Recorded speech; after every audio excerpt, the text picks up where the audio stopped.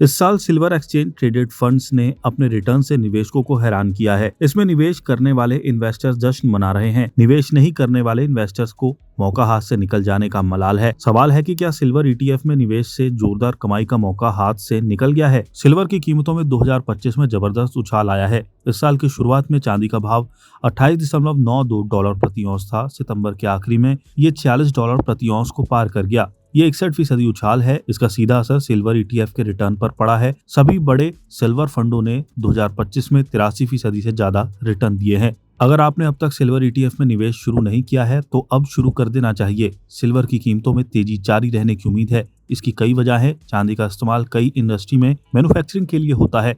इनमें electronics, solar power और electric vehicles शामिल है। अभी चांदी की सप्लाई इसकी डिमांड के मुकाबले कम है। दूसरा, सोने की तरह चांदी भी मुश्किल हालात में आर्थिक सुरक्षा देती है। स्टॉक मार्केट्स और चांदी की कीमतों के बीच बहुत सीधा संबंध नहीं है। ऐसे में हाई इन्फ्लेशन और करेंसी से जुड़े रिस्क से ये इन्वेस्टर्स को बचाती है। अमेरिका में सितंबर में इंटरेस्ट रेट में कमी से चांदी की चमक बढ़ी है।